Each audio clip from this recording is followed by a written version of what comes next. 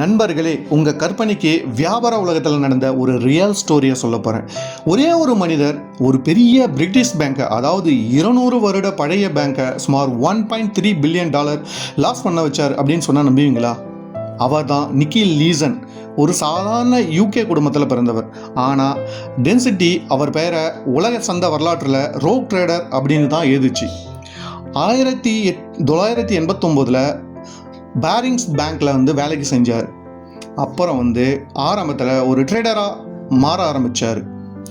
முதல்ல ப்ராஃபிட்டை மட்டும் பேங்க்குக்கு காமிக்க ஆரம்பித்தார். ஒரு ரகசிய அக்கௌண்ட்டை ஓப்பன் பண்ணி அதில் லாஸ் எல்லாம் கவர் பண்ண ஆரம்பித்தார். ஒரு காலத்தில் 1995 ஜப்பானில் கோப் எர்த்குவேக் நடந்துச்சு. இதில் நிக்கி இண்டெக்ஸ் ஃபுல்லாக கிராஷ் ஆச்சு. லீசன் அதுக்குள்ளே அவருடைய ரகசிய அக்கௌண்ட்டில் ஒரு லாங் பொசிஷனை கவர் பண்ணி வச்சுருந்தார். ஆனால் அது ஃபுல்லாகவே கொலாப்ஸ் ஆகிடுச்சு. அதனால் 1.3 பில்லியன் இந்த பேங்க்குக்கு லாஸ் ஆக வேண்டிய சூழ்நிலை ஏற்பட்டுச்சு. அதனால் பேங்க் கரப்டும் ஏற்பட்டுச்சு. லீசன் மலேசியா தப்பிச்சு ஓடினார். ஆனால் போலீஸ் அவர் சிங்கப்பூரில் பிடிச்சிட்டாங்க.